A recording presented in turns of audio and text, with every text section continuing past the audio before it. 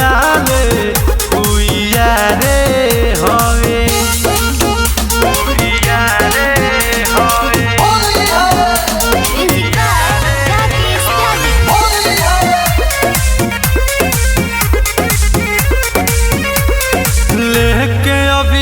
शरीरिया में हमारा लगाई देवेला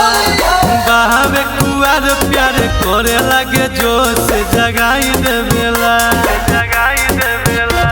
तो डालेला हमारा परंग हो बड़ा धीरे धीरे खुशी कही देवेला हमर मन हो सचो धीरे धीरे हमारा पकइले सबसे ज्यादा उपकार होवे चोली उघार के रंग जे डाले उइया रे होवे चोली उघार के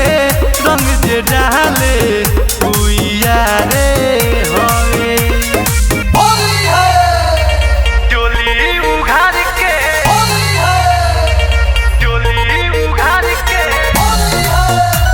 mix by Durga recording studio थाने।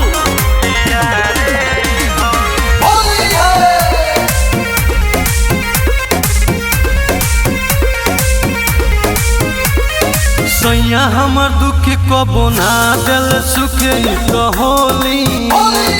आज ले ना ढंग से लगौले कबो रंग हमरा चोली में